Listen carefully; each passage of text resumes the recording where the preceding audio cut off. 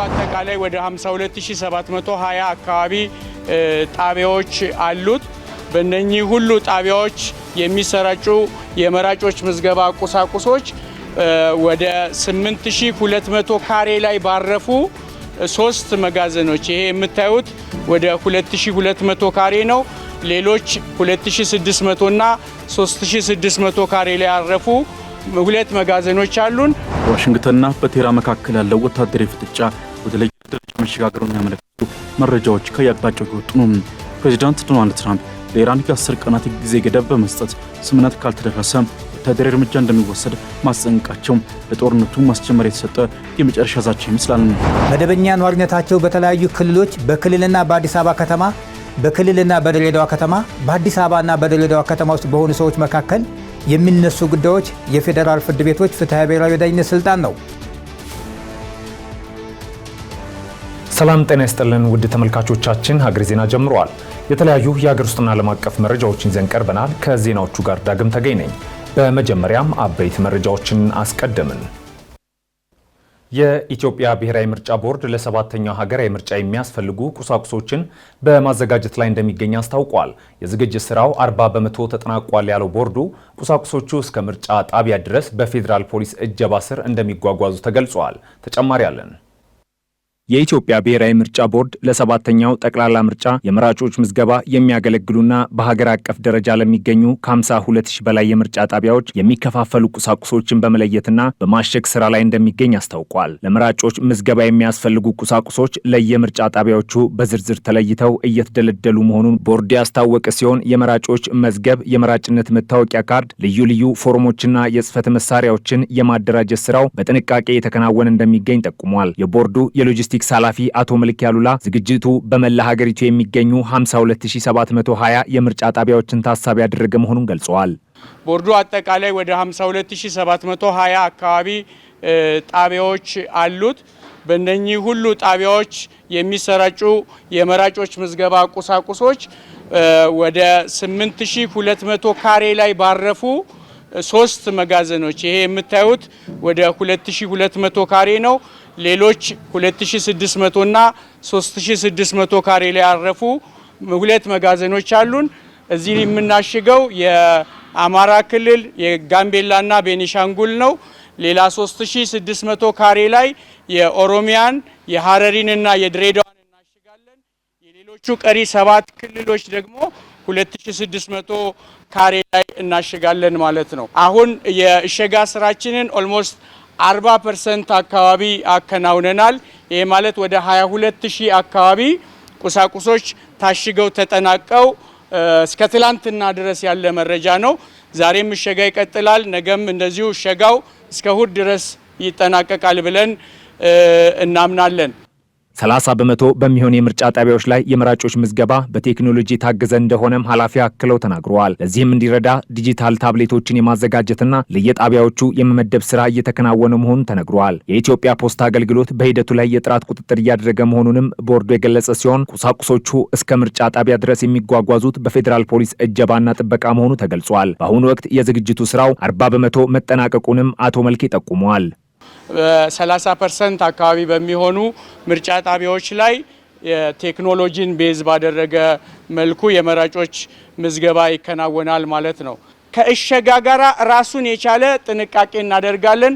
ሁሉም መጋዘኖቻችን ደህንነታቸው የተጠበቀ እንዲሆን በፌዴራል ፖሊስ ነው የሚጠበቁት። እሸጋ ሂደቱን በተመለከተ ከዚህ ጀምሮ የትኛውን ቦታ ጋራ ሲንቀሳቀስ በእጀባ ነው የሚንቀሳቀሰው። ከውጭ የሚገባም አገር ውስጥም ከገዛ በኋላ የምርጫ ቁሳቁስ ነው ብለን ካሰብንበት ጊዜ ጀምሮ እጀባ ይከናወንለታል። ማንኛውም እንቅስቃሴ በፌዴራል ፖሊስ እጀባ ነው የሚንቀሳቀሰው። የቁሳቁሱን ደህንነት በተመለከተ ቅድም ለመግለጽ እንደሞከርኩት እያንዳንዱ ቦክስ ሲታሸግ የጥራት ማረጋገጥ ይከናወንበታል። እያንዳንዱ ቦክስ ነምበርድ ኮድ ባለው ሲል እንዲታሸግ ይደረጋል ማለት ነው። ቦርዱ ለሰባተኛው ሀገራዊ ምርጫ የመራጮች ምዝገባ ሂደቱን በ6 ቋንቋዎች ለማከናወን አስፈላጊውን ዝግጅት ማጠናቀቁን ገልጿል። ቁሳቁሶቹ በየክልሎቹና በየምርጫ ጣቢያዎቹ እስከሚደርሱ ድረስም ጥብቅ የደህንነትና የጥራት ቁጥጥር ስራዎች እንደሚቀጥሉ የገለጸ ሲሆን በቦርዱ የሎጂስቲክስ መጋዘን የተከናወኑ ያሉ የዝግጅት ስራዎችን ለመገናኛ ብዙሃን አስጎብኝቷል። የቆዳ ውጤቶች ወጪ ንግድ በ70 በመቶ መቀነሱን የኢትዮጵያ ቆዳ ኢንዱስትሪዎች ማህበር አስታወቀ። በቀጣይ ጊዜያት ዘርፉን ለመታደግ ስራዎች ካልተሰሩ የገበያ መቀዛቀዙ ሊባባስ እንደሚችል ተነግሯል። ሚኪያስ ኃይሌ ኢትዮጵያ ወደ ውጭ ሀገራት ገበያ ከምትልካቸው ምርቶች ውስጥ ቡናና ሌሎች የግብርና ውጤቶች በቀዳሚነት ይጠቀሳሉ። የውጭ ንግድ አቅምን ማሳደግ ከሚያስችሉ ምርቶች መካከል የቆዳ ውጤቶች የሚጠቀሱ ቢሆንም አቅምን በአግባቡ ከመጠቀም አንጻር ክፍተት ስለመኖሩ የምጣኔ ሀብት ባለሙያዎች ይገልጻሉ። ዘርፉ ላይ የሚነሱ ክፍተቶችን ለመሙላት መንግስት የተለያዩ ስራዎችን እየሰራ ነው የሚሉት በኢንዱስትሪ ሚኒስቴር የውጭ ምርቶች ተወዳዳሪነት መሪ ስራ አስፈጻሚ ዘሪሁን አበበ፣ ይሁንና ችግሮች አሁንም ሊቀረፉ አለመቻላቸውን ገልጸዋል። ችግሮች በበቂ ሁኔታ እንዳይፈቱ ካደረጉ ምክንያቶች መካከል በዘርፉ ያሉ ችግሮች እንዲሁም ተዋንያን በርካታ መሆናቸው ዋነኛ መሆኑን ተናግረዋል። ይሄ ሴክተር የቆዳ በተለይም የቆዳ ዘርፉ እንደተባለው ቀደም ሲል ከፍተኛ የውጭ ምንዛሬ ስናገኝበት የነበረው ዘርፍ ነው። እንግዲህ የውጭ ምንዛሬ ስናገኝበት የነበረው ዘርፍ ነው ሲባል በወቅቱ እሴት ተጨምሮ ነው ወይ የሚለው ማየት ይፈልጋል።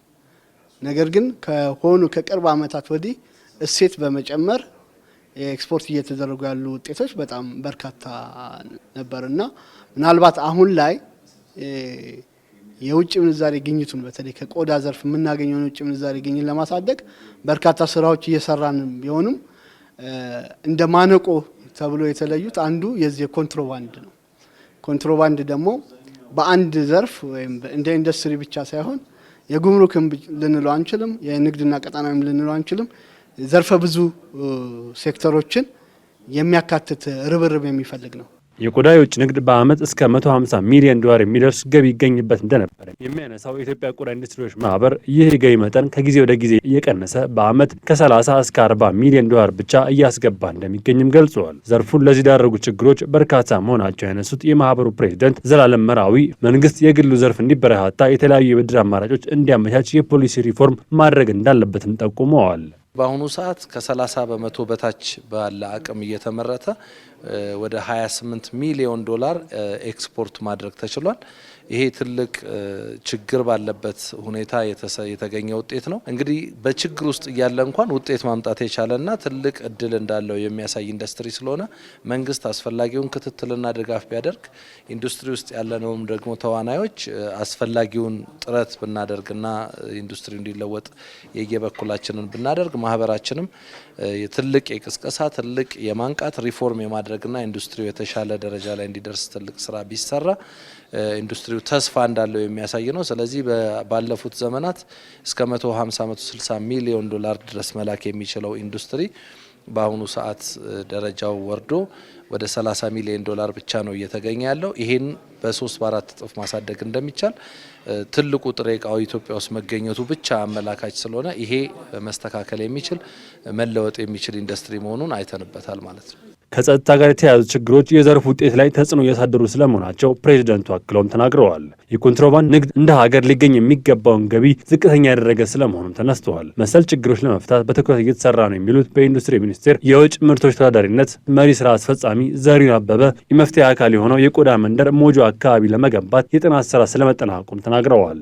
የሞጆ ሌዘር ሲቲ በፕሮጀክት ደረጃ የአዋጭነት ጥናቱ ተጠናቆ በተቋም ደረጃ ጥናቱ ጸድቋል። ጥናቱ ከጸደቀም በኋላ ከክልሉ መንግስት ጋር ምክክር በማድረግ አካባቢው ተለይቷል።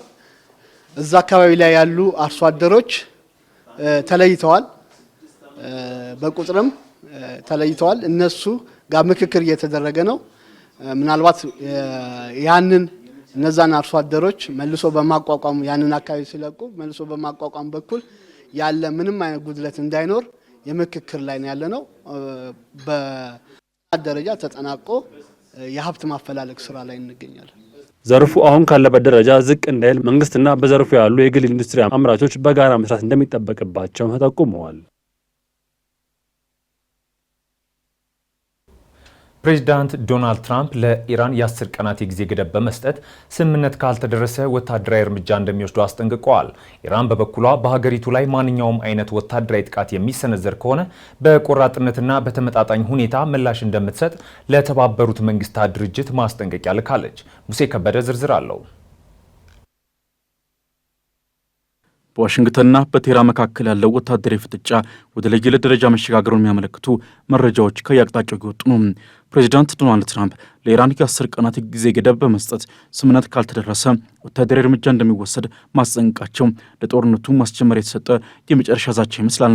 ኢራን በበኩሏ ለዓለም ሀገራት የመጨረሻው ድምፅ ማሰሚያ ለሆነ ተቋም ተመድ በላከችው ደብዳቤ አሜሪካ በሀገሪቱ ላይ ማንኛውንም አይነት ወታደራዊ ጥቃት የምትሰነዝር ከሆነ በቆራጥነትና በተመጣጣኝ ሁኔታ ምላሽ እንደምትሰጥ ወቁልኝ ብላለች። የፋርስ ባህረ ሰላጤ በሚሳኤል ናዳ መታረሱ የሚያጠራጥር አይመስልም የሚሉ ተንታኞች ጥያቄው መሆን ያለበት መቼና ማን የመጀመሪያውን ቃታ ይስባል የሚለው ነው ይላሉ። ትራምፕ በሚቀጥሉት 10 ቀናት ውስጥ አሜሪካ ከኢራን ጋር ስምምነት ላይ ትደርሳለች ወይንስ ወታደራዊ እርምጃ ትወስዳለች የሚለው ጉዳይ ለዓለም ይፋ እንደሚሆን አስታውቀዋል።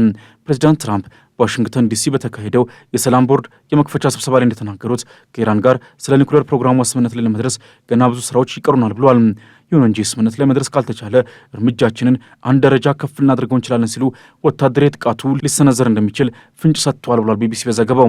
ፕሬዚዳንቱ አክለውም ልዩ መልእክተኞቻቸው ስቲቭ ዊትኮፍና ኬሪ ኩሽነር ከኢራን ተወካዮች ጋር በጣም ጥሩ ስብሰባዎችን ማድረጋቸውን ገልጸው ሆኖም ከኢራን ጋር ትርጉም ያለው ስምምነት ማድረግ ቀላል አለመሆኑንና ስምምነት ላይ ካልተደረሰ ግን መጥፎ ነገሮች ሊከሰቱ እንደሚችሉ አስጠንቅቀዋል። ከዚህ መግለጫ አንድ ቀን ቀደም ብሎ የዋይት ሀውስ ቃል አቀባይ ካሮሊን ሌቪት ኢራን ከአሜሪካ ጋር ስምምነት ብታደርግ ይሻላታል ሲሉ ማሳሰባቸው ይታወሳል። ኢራን በበኩሏ በሀገሪቱ ላይ ማንኛውም አይነት ወታደራዊ ጥቃት የሚሰነዘር ከሆነ በቆራጥነትና በተመጣጣኝ ሁኔታ ምላሽ እንደምትሰጥ ለተባበሩት መንግስታት ድርጅት ማስጠንቀቂያ የሰጠች ሲሆን ለሚከተለው ማንኛውም አይነት መዘዝ አሜሪካ ሙሉና ቀጥተኛ ተጠያቂነትን ትሸከማለች ስትል ለተባበሩት መንግስታት ድርጅት በላከችው ደብዳቤ አሳስባለች። እንደ አናዶሉ ዘገባ ከሆነ በተባበሩት መንግስታት ድርጅት የኢራን ቋሚ መልእክተኛ ለድርጅቱ ዋና ጸሐፊ አንቶኒዮ ጉተሬዝና ለጸጥታው ምክር ቤት በላኩት ደብዳቤ ኢራን ውጥረትንም ሆነ ጦርነትን እንደማትፈልግና በራሷ ጦርነት እንደማትጀምር በተደጋጋሚ ገልጻለች ብሏል። ይሁን እንጂ አገሪቱ ጥቃት የሚሰነዘርባት ከሆነ በተመድ ቻርተር አንቀጽ 51 መሰረት ራሷን የመከላከል መብቷን በመጠቀም ቆራጥ ምላሽ እንደምትሰጥ ደብዳቤ ያብራራል። የኢራን መልእክተኛ በደብዳቤያቸው ላይ እንደገለጹት በቀጠናው የሚገኙ የጠላት ኃይሎች የጦር ሰፈሮች ናቸው ባሏቸው ተቋማትና ንብረቶች ላይ በሙሉ ለኢራን የመከላከያ ምላሽ ህጋዊ ኢላማዎች ይሆናሉ ሲሉም በጽኑ አስጠንቅቀዋል። አክለውም አሜሪካ ለምትወስደው እርምጃ ለሚመጣው ማንኛውም ሊተነበይ ለማይችልና ቁጥጥር ሊደረግበት ለማይችል መዘዝ ዋሽንግተን ሙሉ ኃላፊነቱን እንደምትወስድ አሳስበዋል።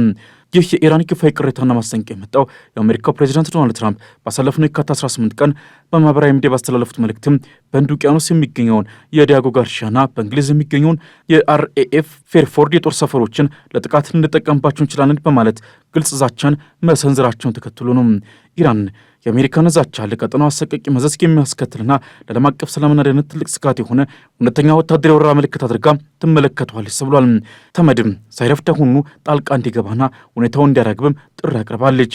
ምንም እንኳን ወታደራዊ ውጥረቱ ቢበረታም የኢራን መልእክተኛ ሀገራቸው ለተመድ መርሆችና ለዲፕሎማሲ መፍትሄዎች ያላትን ቁርጠኝነት በድጋሚ ገልጿል። ከአሜሪካ መንግስት ጋር እየተካሄደ ባለው የኒውክሌር ድርድር ላይም በቅንነትና በቁርጠኝነት እየተሳተፉ መሆናቸውን ማስታውቀዋል። ይሁንና ተመድም ሆነ ሁለቱን ኃይሎች ለማሸማገል እየጣሩ ያሉት የቀጠናው ሀገራት ግጭቱን ያስቀራሉ የሚለው ጥያቄ ከትራምፕ የ10 ቀናት ቀነ ገደብ በኋላ ምላሽ የሚያገኝ ይሆናል።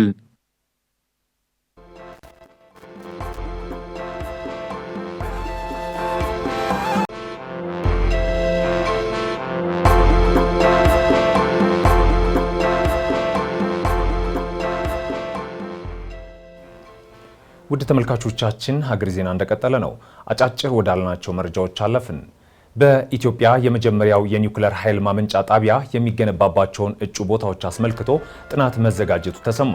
የኢትዮጵያ ኒውክሌር ኢነርጂ ኮሚሽን ከኢትዮጵያ ሳይንስ አካዳሚ ጋር በመተባበር በጥናቱ ረቂቅ ሪፖርት ዙሪያ ከባለሙያዎች ጋር ምክክር ማካሄዱን አስታውቋል። ውይይቱ የተመረጡት ቦታዎች ዓለም አቀፍ የደህንነት የቴክኒክና የአካባቢ ጥበቃ መስፈርቶችን ማሟላታቸውን ለማረጋገጥ የተካሄደ መሆኑን የተነገረው የአገሪቱን የኃይል አማራጮች ለማስፋፋትና አስተማማኝ ዘላቂና ካርቦን አልባ የኃይል አቅርቦትን ለማረጋገጥ የኒውክሌር ኃይል መልክ አማራጭ መሆኑን በውይይቱ ላይ ተነስቷል።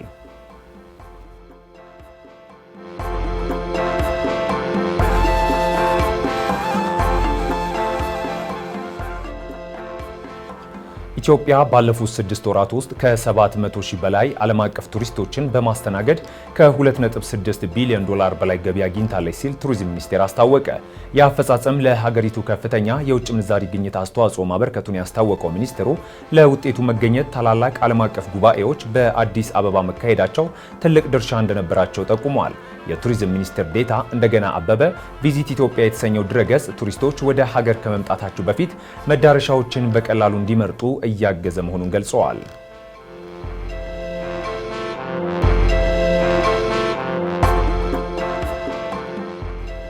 የሁለተኛ ደረጃ ተማሪዎችን ማገዝ ያስችላል የተባለለት የስነ ተዋልዶ ጤና አጋዥ መጽሐፍ ይፋ ተደርጓል። መጽሐፉ ተማሪዎች የስነ ተዋልዶ ጤናን ከባዮሎጂ ትምህርታቸው ጋር አቀናጅተው እንዲረዱ የሚያስችል ነውም ተብሏል። የጤና ሚኒስቴር ከትምህርት ሚኒስቴር ጋር በመተባበር በአዲሱ የስርዓተ ትምህርት ትግበራ መሰረት የተሰናዳው መጽሐፉ ተማሪዎች ስለ ጤናቸው በቂ ግንዛቤ እንዲጨብጡ ያደርጋልም ተብለዋል።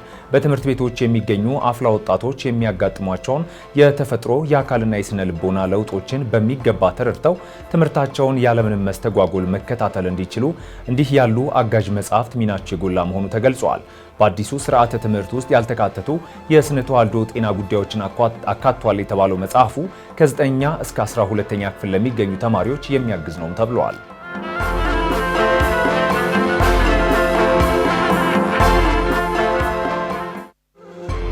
ከሀገር ማዶ ያገኘናቸው መረጃዎች አለፍን። የዓለም የምግብ ፕሮግራም WFP አዲስ የገንዘብ ድጋፍ ካላገኘ በሚያዝያ ወር በሶማሊያ የሚሰጠውን ሰብአዊ እርዳታ ለማቆም እንደሚገደድ አስጠነቀቀ። መቀመጫውን ሮም ያደረገው ይህ ድርጅት በ2025 መጀመሪያ ላይ ለ2.2 ሚሊዮን ሰዎች እርዳታ ሲያቀርብ የነበረ ቢሆንም አሁን ግን ቁጥሩ ወደ 600 ሺህ ዝቅ ማለቱን ገልጿል። ይህ ከፍተኛ የገንዘብ እጥረት ያጋጠመው ፕሬዝዳንት ዶናልድ ትራምፕ ወደ ስልጣን ከተመለሱ በኋላ ዋሽንግተን በዓለም ዙሪያ የሚሰጠውን እርዳታ በመቀነሷ እንደሆነም ተገልጿል። ምንም እንኳን አሜሪካ በጥር ወር አቋርጦ የነበረውን እርዳታ በቅርቡ ብትመልሰውም አሁንም ከፍተኛ የገንዘብ ክፍተት መኖሩን ድርጅቱ አስታውቋል። በአሁኑ ወቅት በሶማሊያ 4.4 ሚሊዮን የሚጠጉ ሰዎች ለከፋ የምግብ እጥረት የተጋለጡ ሲሆን ሀገሪቱ በጦርነትና በተከታታይ የዝናብ እጥረት እየተፈተነች ትገኛለች ተብሏል። አስቸኳይ እርምጃ ካልተወሰደም ሁኔታው የከፋ እንደሚሆንና በተለይም ሴቶችና ሕጻናት ለከፍተኛ ችግር እንደሚዳረጉ አሳስበዋል።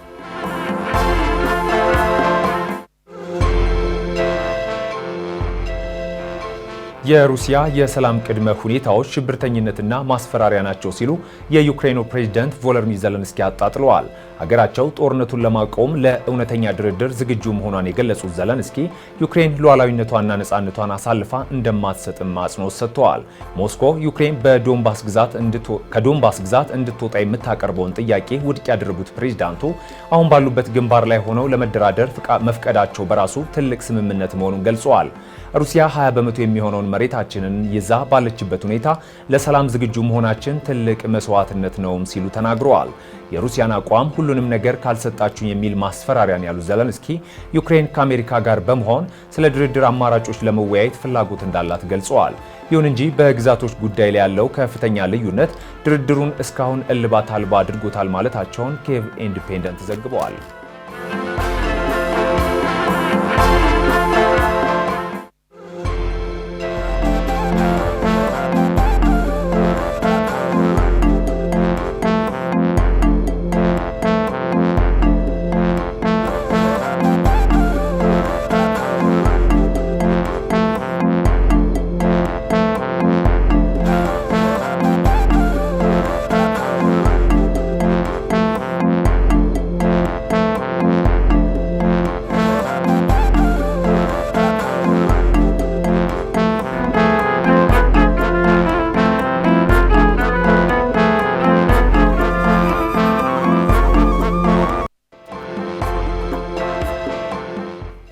የአውሮፓ ህብረት ያዘጋጀው አዲስ የኢንዱስትሪ እቅድ ስጋት ደቅኖብኛል ስትል እንግሊዝ ገልጻለች።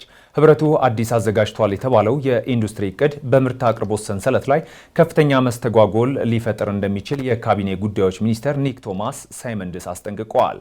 ምረት ደግፍ በቢዝነስ ጥንቅር ተመልክተዋለች።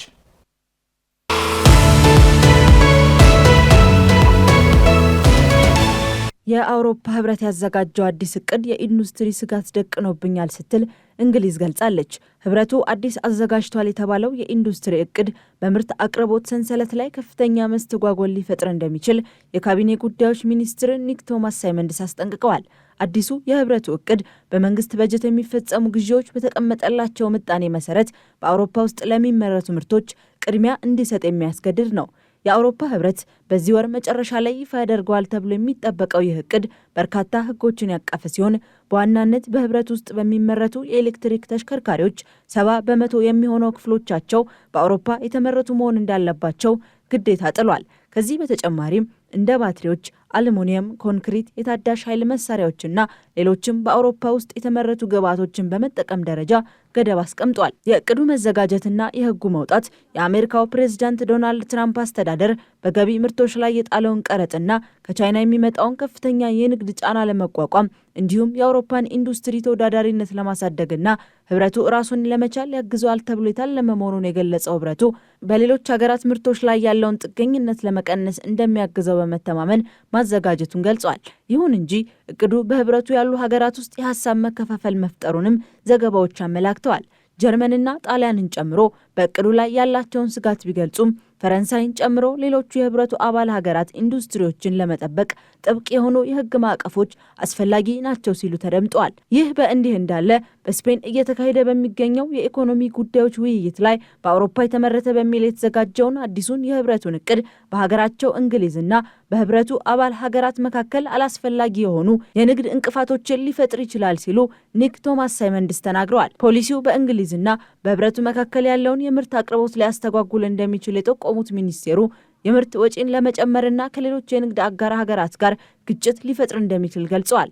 በመሆኑም ሀገራቸው እንግሊዝ እንደ ታማኝ አጋር ተቆጥራ ከተቀመጡት ገደቦች ነፃ እንድትሆንም ጠይቀዋል። እቅዱ በዚህ የሚጸና ከሆነና እንግሊዝም በዚህ ሀሳቧ የምትጸና ከሆነ በሀገሪቱ የሚመረቱ ምርቶች እንደ ሌሎች ሀገራት ምርት ተቆጥረው ከፍተኛ ታሪክ ሊጣልባቸው አሊያም ከአቅርቦት ሊወጡ እንደሚችሉ የኢኮኖሚ ባለሙያዎች አስረድተዋል። ሀገሪቱም ምርቶቿ ከገበያ ሊወጡ ይችላሉ ከሚለው ስጋት በተጨማሪ የዋጋ ንረት መባባስና ከህብረቱ ውጭ በሚገኙ የንግድ አጋሮቿ ጋር ያላት የአቅርቦት ሰንሰለት መቆራረጥ እንዳይገጥመው ፍራቻ እንዳደረባት ዘጋርዲያን አስነብቧል። የአውሮፓ ህብረት ኮሚሽን በአውሮፓ የተመረተ በሚል ያወጣውን የኢንዱስትሪ እቅድ በሚቀጥሉት ሳምንታት ይፋ ያደርጋል ተብሎ እየተጠበቀ እንደሚገኝ ዘገባው አክሏል።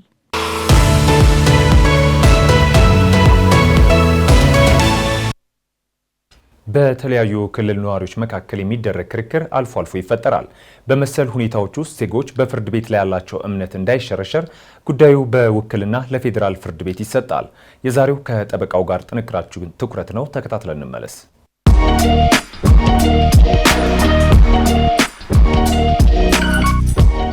በተለያዩ የክልል ነዋሪዎች መካከል ስለሚደረግ ክርክር ገነ ከመረጃ ላካፍላችሁ። ጤና ይስጥልኝ። ጠበቃ እንዳርጌ ካሴ ነኝ።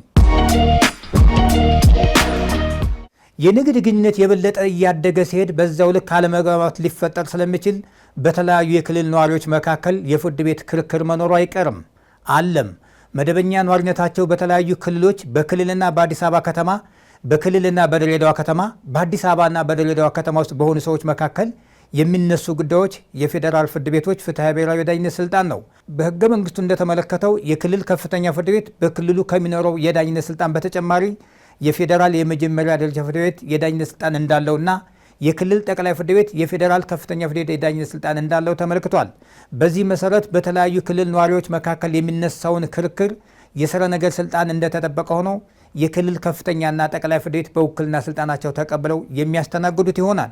የተለያዩ የክልል ነዋሪዎች ክርክር በውክልና ለክልል ከፍተኛና ጠቅላይ ፍርድ ቤት ባይሰጥ ኖሮ በተለያዩ የክልል ነዋሪዎች መካከል የሚደረገው የፍትሐ ብሔር ክርክር ወደ ፌዴራል ፍርድ ቤቶች ስለሚመጣ ፈርጀ ብዙ ኪሳራ ያስከትል ነበር። ከዚህ ላይ አብሮ መነሳት ያለበት ጥያቄ በተለያዩ የክልል ነዋሪዎች መካከል የሚነሳውን ክርክር በውክልና ለምን ለፌዴራል ፍርድ ቤቶች መስጠት አስፈላጊ የሚለውን ስንመለከት በሁለት ወይም በሶስት ክልሎች ውስጥ በሚኖሩ ተከራካሪዎች መካከል የሚፈጠረውን አለመግባባት የፌዴራል ፍርድ ቤቶች ተቀብለው እንዲያከራክሩ የሚደረገው ፍርድ ቤቶቹ ገለልተኛ ሆነሉ ተብለው ከመጠበቃቸው የተነሳ ከአካባቢያዊ አድሎ ነፃ ሆነው ተከራካሪ ወገኖች በዳኝነት ስርዓቱ ላይ እምነት እንዲኖራቸው ማስቻል ነው። ከሳሽ ክሱን የክስ ምክንያት በሆነው የማይንቀሳቀስ መብት በሚገኝበት ቦታና ወይም ተከሳሽ በሚኖርበት ቦታ እንዲያቀርብ ቢደረግ የቋንቋ ችግር የሚኖሩ ጉዳይ አንድ ነገር ሆኖ ክሱን የሚቀበለው ፍርድ ቤት ለከሳሽ ባይታወር ለተከሳሽ ደግሞ የተላመደ ስለሚሆን በፍርድ ቤቱ ላይ መተማመን ላይኖር ይችል ይሆናል። በአጠቃላይ ያለውት ክርክር ከሌላ ክልል ነዋሪ ጋር ከሆነ ጉዳዩ የሚቀርበው ተከሳሽ በሚኖሩበት አካባቢ ለሚገኘው ከፍተኛ ፍርድ ቤት ወይም ጠቅላይ ፍርድ ቤት መሆኑን መገንዘብና ማማከር ይጠይቃል። አመሰግናለሁ።